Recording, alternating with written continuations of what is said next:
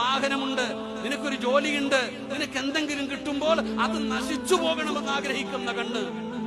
അല്ലാതെ നിനക്ക് കുറച്ച് സമ്പത്തുണ്ട്, അള്ളാഹു എനിക്കൂടെ തരണേ അല്ല എന്നല്ല. അവൻ്റെത് പോയി അവനെ തീങ്ങാനയിലാകണം, അവന്റെ വീട് പോകണം, അവന്റെ വീട്ടിൽ എല്ലാം നശിക്കണം എന്ന് ആഗ്രഹിക്കുന്ന ഒരു രീതി. അതിൽ നിന്ന് രക്ഷപ്പെടാനുള്ള വഴിയെന്താ?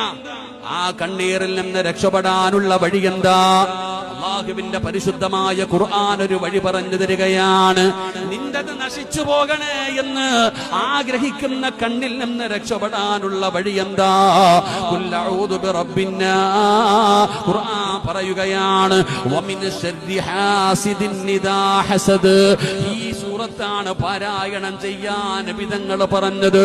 ഖുൽ അഊദു ബിറബ്ബിൽ ഫലഖ് മിൻ ശർരി മാ ഖലഖ് വമിൻ ശർരി ഗാസിഖിൻ ഇദാ വഖബ് വമിൻ ശർരി നഫാസാത്ത്. ഖുർആൻ പറയുകയാണ്, ഖുൽ അഊദു ബിറബ്ബിന്നാസ് മലിക്കിന്നാസ് ഇലാഹിന്നാസ് മിൻ ശർരിൽ വസ്വാസിൽ ഖന്നാസ്. പടച്ചവനെ, ഖുർആനിന്റെ 113, 14 സൂറത്തുകൾ, അതിനകത്ത് അല്ലാഹു കാവല് ചോദിക്കാൻ പറയുന്നല്ലോ.